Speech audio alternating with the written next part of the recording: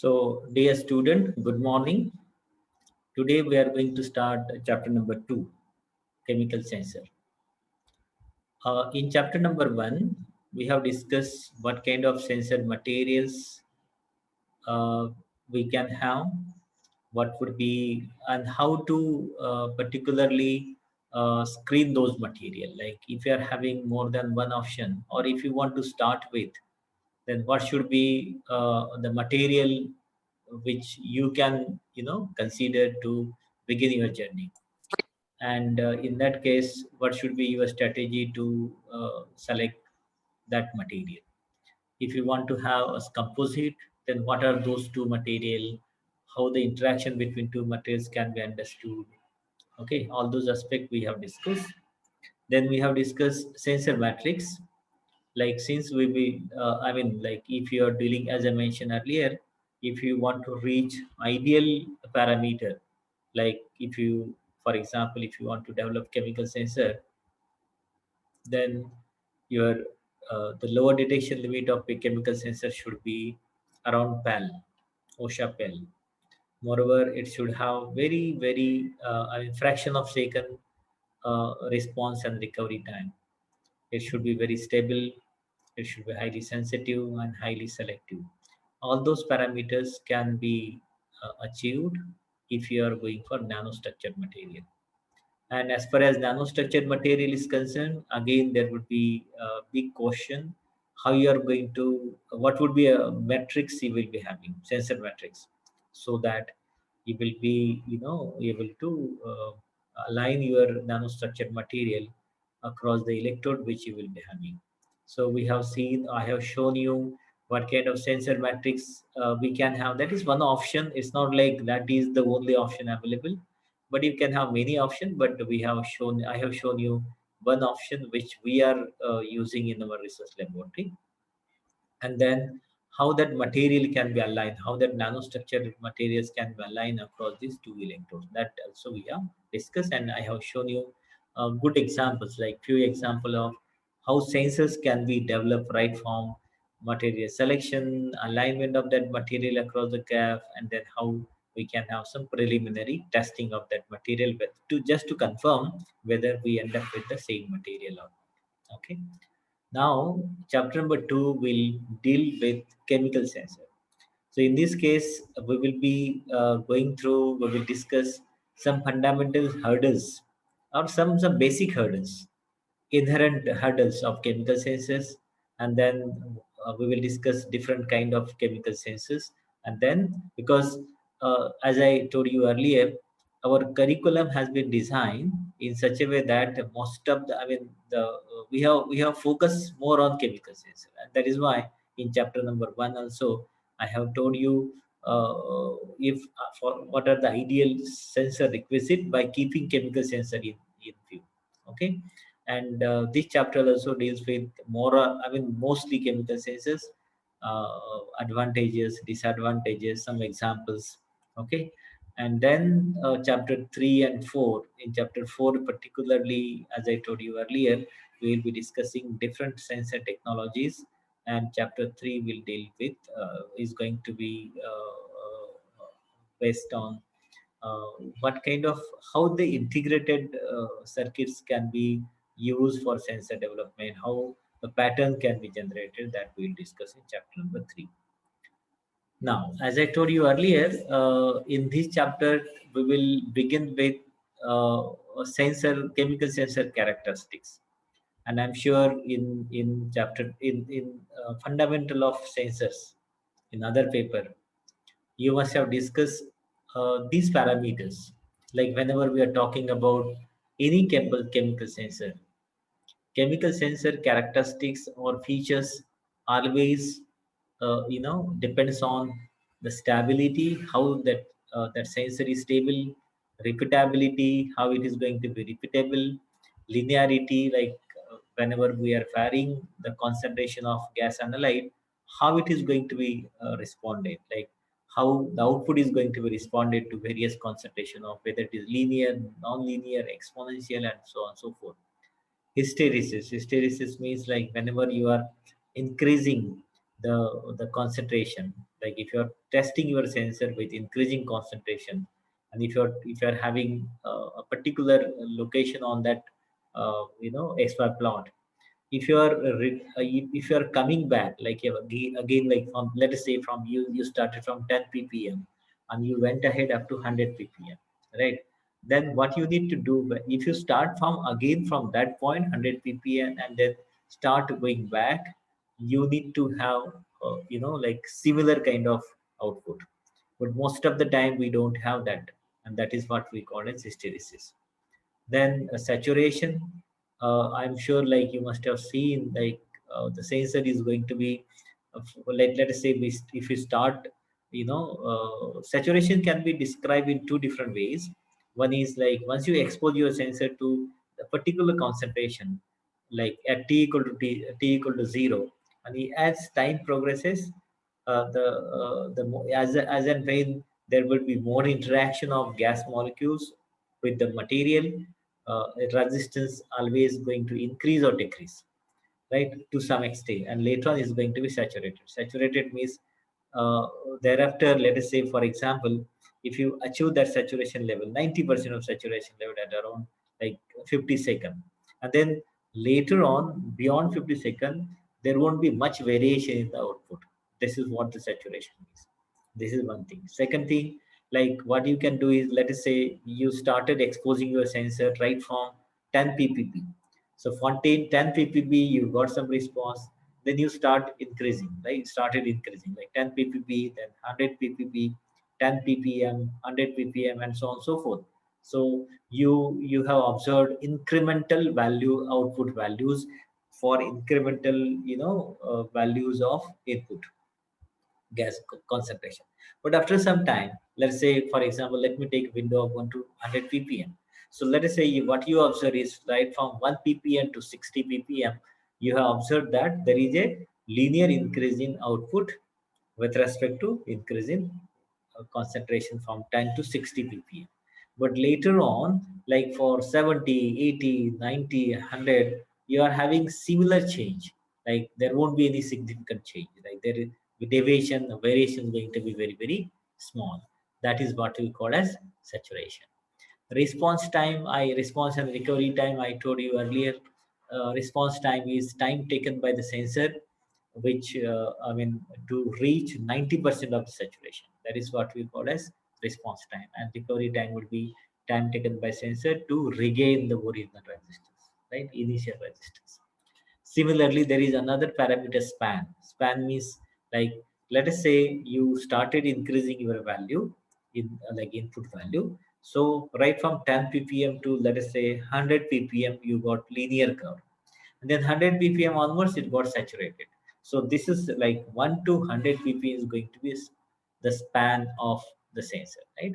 So these all these parameters are going to be very, very important. But the most of the important parameters are, let me tell you, sensitivity and selectivity. So before I go to sensitivity and selectivity, let me again explain you what all these parameters are. So stability, first of all, let us see stability. Stability deals, of course, you have already studied this in the other paper, Fundamental of Sensors, but I'm not sure whether you have got proper understanding of this or not. And therefore, I thought, let me spend some time on this fundamental aspect of chemical sensor. The first, the feature or characteristics of any chemical sensor is stability. Stability deals with the degree to which sensor characteristics remain constant over the time. What does it mean? It means that, let us say today you have tested your sensor, and sensitivity is, let us say, like 70%. Your sensitivity is 70%. If you measure it tomorrow, that it should be 70%. Day after tomorrow, after 8 days, after 1 month, you start like every day. Let us say today you develop your sensor and you started measuring sensitivity every day. And what we observed is, for almost 2 months, there was a very stable response. Like you got almost same sensitivity every day. But beyond 60 days, you have seen some sort of deterioration. You have seen some sort of deterioration. I mean, decrease in your sensitivity. What does it mean? It means that the material which you have used for the development of sensor has good stability for 60 days. So you need to have a material which will be stable as long as possible, like as many days as possible, like it should be stable for more than 6 months, right? If you can have this kind of, that is why I said, like there is a huge scope in doing sense research in sensor. Reason for that is everybody is working hard to achieve the idealistic properties of chemical sensor, and stability is going to be one of those. Repeatability is also very important characteristics. Repeatability is the ability of sensor to provide same result under same circumstances over and over again.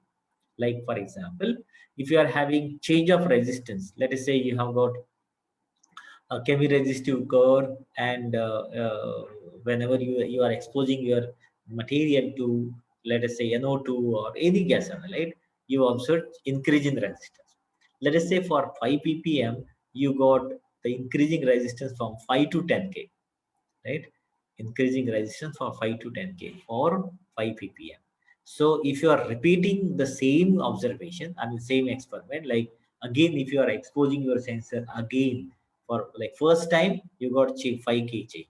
Second time, you expose your sensor again to 5 ppm, you should be able to get the same change, right?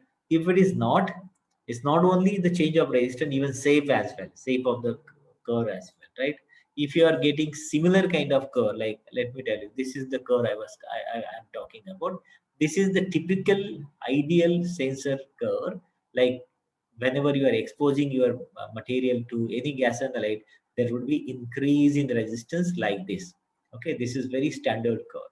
And once it is saturated, you can see this is 90% of saturation.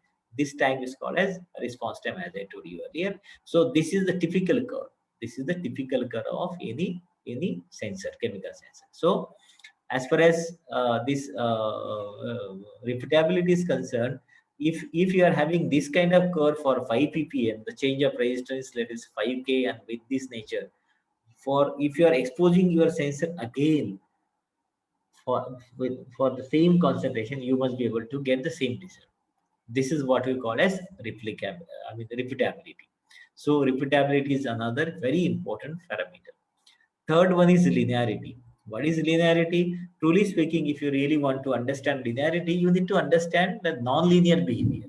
What is the non-linear? So linearity, or more correctly, non-linearity, is a measure of maximum deviation from the output of any sensor from specified straight line applied to the plot of the data point of the sensors and sensors analog output versus the input parameter being sensed. What does it mean? It means that, like, I can show you. This is the ideal curve, right? So what is expected, like if this is your input and this is your output, we are expecting this kind of linear.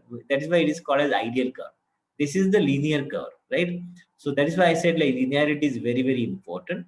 So ideally, you will be expecting this kind of variation at the output, but you are not going to have similar kind of ideal curve, right? So you may have this kind of curve, like this, or maybe like this, whatever, right? So this is the deviation at this particular point of time. This is the deviation at this point of time. This is the deviation. So actually, the non-linearity, linearity is how, how much deviation you are having, right?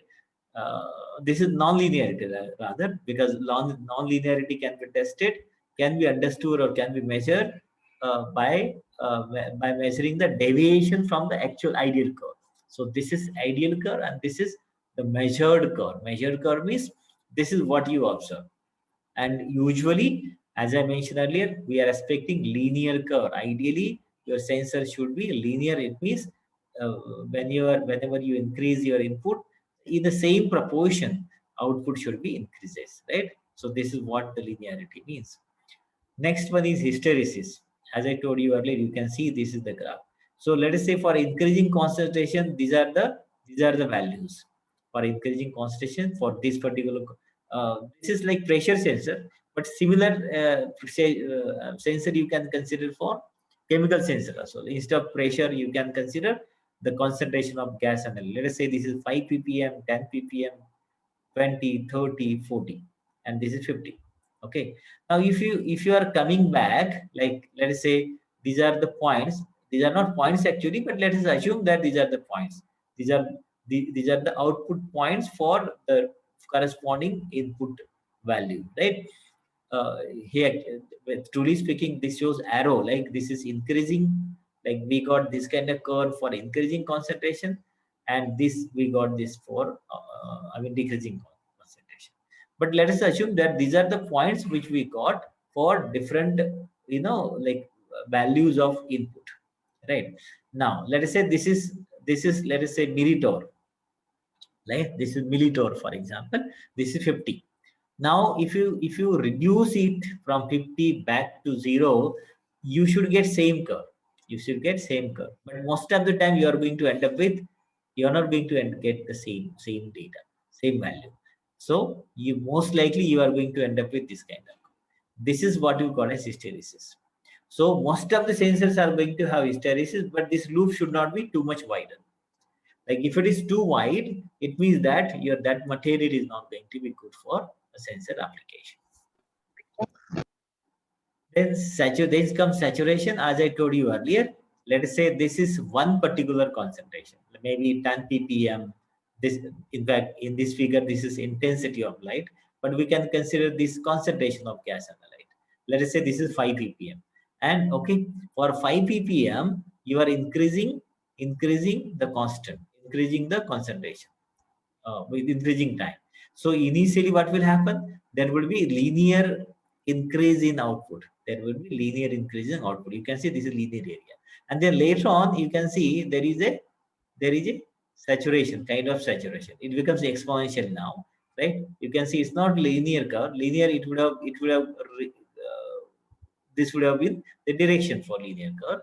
But after this particular point, you can see we can get the flattened curve. It means that this particular sensor got saturated for whenever you are exposing your sensor more than this value. This is the saturation. Okay, so this is what we call as saturation. Now response and recovery time. This is what we call as response time. This is, let us say, at this particular time t equal to, let us say, 0, you have exposed your sensor to the 10 ppm of S2S, for example, or N2, NO2 or N2 or whatever. So let us, if these gases increase the resistance of the material, then if you on this time axis, you will find that there will be increasing resistance for the same value of concentration, but with respect to time, you will see this. After some time, because we are continuously exposing our material to that particular concentration of gas and light. But after some time, you will reach saturation. You can see here, after some time you will reach saturation, but you cannot wait that saturation. So whenever you will be reaching to 90% of the saturation value, you can stop exposing your sensor to that gas analyte, and then the time taken by sensor right from t equal to 0, or the moment you expose your sensor to any gas analyte, from that point to the 90% of saturation, that is nothing but the response time. So this is going to be response time.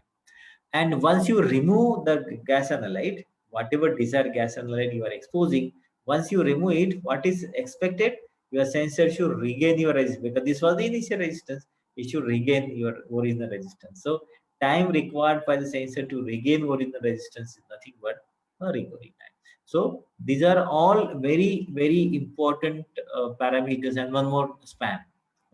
You can see, as I told you earlier, let us say from this point, from 0 to a full scale, whatever, it could be anything, 100 ppm or whatever, we have received we have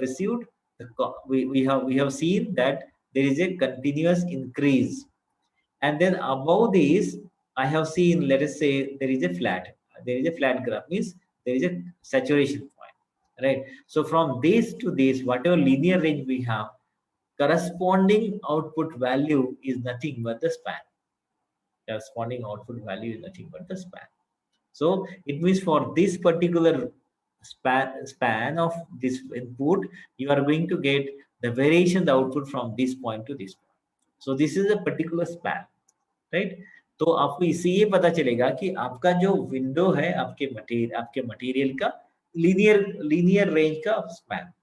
So whenever you are saying, let us say pan is 1 ppm to 100 ppm in terms of input, or you can discuss span in terms of output also, right? Span range is, let us say, if this is resistance or this is voltage, let us say 1 volt to 10 volt. Span range is 1 volt to 10 volt. It means that during linear scale of input, the output variation is going to be in between 0 to 10 volt. This is what the meaning of span is going to be. Okay, so I hope you must have understood now these parameters. What are those parameters? Stability, repeatability, linearity, hysteresis, saturation, response time, and span. Now I'm going to tell you two very unique and meaningful parameters of the chemical sensor, and those are sensitivity and selectivity. Whenever we are talking about sensitivity, sensitivity always describe the minimal concentrations and concentration changes that can be successfully and repeatedly sensed by the device, right? We can call it as a resolution also. We can call it as a resolution. So minimum change in the input, which can be detected by the output, which can be detected by the output, right? Now, if you want to calculate sensitivity, this is, let us say, this is your the I mean the the what we call as calibration plot. This is what the your calibration plot is. On x-axis you have got different concentration of gas, and output at the y-axis you can have the sensitivity, right? So you can take any 2 points, let's say this point and this point, identify the corresponding points on x-axis, corresponding point on y-axis. The corresponding change, like this is like x2 minus x1 is going to be delta x, and S2 minus S1 is going to be delta S, because this is sensitivity. So output divided by input. Rate of change of output divided by rate of change of input is nothing but the sensitivity. Rate of change of output divided by rate of change of input is nothing but the sensitivity. Now this sensitivity parameter of the chemical sensor is going to play a very, very important role. At the same time, the selectivity. What the selectivity means? Selectivity describes the degree to which the sensor responds to only the desired target species with little or no interference from non-target species. You can see in this case, this is the material. This is this is like a gas, different concentration, right? Let's say 1 ppm, 2 ppm, 3 ppm, 4 ppm, 5 ppm, 6 ppm. For each ppm, we have exposed the sensors, which are like based on these three different material, like AU and ZNO composite, RGO, AU, and ZNO composite. What we observe from this graph is like this for RGO, for composite of RGO, AU, and ZNO, for this concentration we got maximum change, maximum response, right? For others, it is, you can see this is less than 50%, and all others are less than 50%. So what we essentially expecting from chemical sensor is, let us say, if you consider this as a gas and the light, let us say you have got only one sensor and you are considering three different gas analytes, right? Three different gas analytes. Let us say this is CO2, this is S2S, and this is CO, for example. So for CO2, the response is going to be maximum, and for all others, it's like negligible. So it means that you are describing your sensor, you are understanding your sensor, that what kind of species it is going to respond to so selectivity describe the degree to which the sensor respond to only desired species, right? Let's say CO or CO2 or whatever, with little or no interference from non-target species. So other species are going to be non-target, and then we have got very little or almost no response, right? So this is what you call as sensitivity selectivity. So as far as chemical sensors are concerned, sensitivity and selectivity are going to be very, very important. The reason for that is, in chemical sensor, your sense is not going to be like physical sensor, like for pressure and temperature concern. because characteristics of the physical sensors are going to be very, very stable. They are not going to be deviated too much. But characteristics of particular these two characteristics, which one? Sensitivity and selectivity. All others are also going to be deviated, but these two are very important, right? These two are very important. What are the reasons? Reasons are um, why these are important, let me tell you. Because if you want to really evaluate the performance, of course, other parameters are equally important, but you cannot make any sort of compromise on sensitivity and selectivity. जैसे कि मान लो आपको आपकी एक industry है जहां पर आपको CO डिटेक्ट करने के लिए आपको सेंसर चाहिए. And when you bought it, like the manufacturer, let us say, was claiming that it can detect only CO, and you wanted to have only highly selective sensor, right? And then when you came back, and whenever you saw its operation, you could see that it is detecting CO as well as CO2. So it is of no use because you want selectively the detection of CO, right? So and similarly, the what is sensitivity? Like if manufacturer claiming that it has got 90% sensitivity, and whenever you are come back to your institution and whenever you test it, you could see that it is less than 50%. Whereas manufacturer was claiming more than 90%, you observed less than 50%. So you will not be, mentally ready to accept or to do any sort of compromise on these two parameters. Other parameter, to some extent, of course, these are equally important, but to some extent you can make compromise, right? It's like this.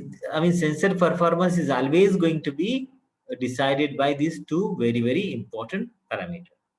Now, whenever you will be exposing your sensor to different, gas and the light, what happens because of those chemical, the surface of the material is going to be deteriorated because of chemical only. Because it's not going to be, there would be interaction of those chemical with the material. There will be interaction of those much chemical or analyte with the material that will deteriorate the properties of the material, and as a result of that, that will affect on the sensor characteristics. But you are not going to have that kind of situation in pressure sensor or temperature sensor, because there won't be any kind of interaction of any gas analyte or any input parameter with the material, and therefore there would be a substantial modulation in the different characteristic of sensor as far as chemical sensor is concerned, whenever it is having interaction with different chemical species. This is one of the very serious problem with with the chemical sensor. So I thought, let me tell you that problem to begin with. Now, what are specific difficulties? Because I have mentioned only one, but there are many difficulties, like difficulty in developing chemical sensors versus that of the reaction change in the sensor, often in a way is non-reversible. Non-reversible means you are requested to mute yourself, everybody. There is, I could see some disturbance from one of the students. So what happens? Let us say your material got exposed to one of the gas analyte. As a result of that, you have observed some sort of deterioration in terms of stability or whatever, right? Those changes are not going to be reversible as far as chemical sensors are concerned. That is most unfortunate. Whereas in, let us say, pressure sensor, whenever you are pressing, whenever you remove the pressure or force, the material is going to regain its original property. But it is not going to be true in case of chemical sensor. So whatever changes you will be having, those changes are not going to be reversible. These are non-reversible. For example, electrochemical cell employing liquid electrolyte, material that conduct electric current via charge ions, not electrons, lose a small amount of electrolyte with each measurement, requiring that the electrolyte be replenished.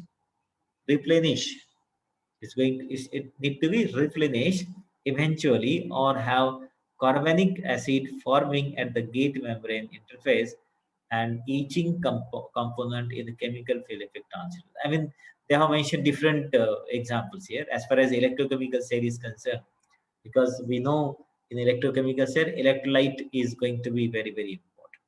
But what happens, truly speaking, because that need to be very conducting, because obviously, whenever you are putting some dopant and oxidant, all those like materials are going to be responsible, constituents, ingredients of that material is going to be responsible for having the electrical conductivity of that material. But let me tell you that the material property to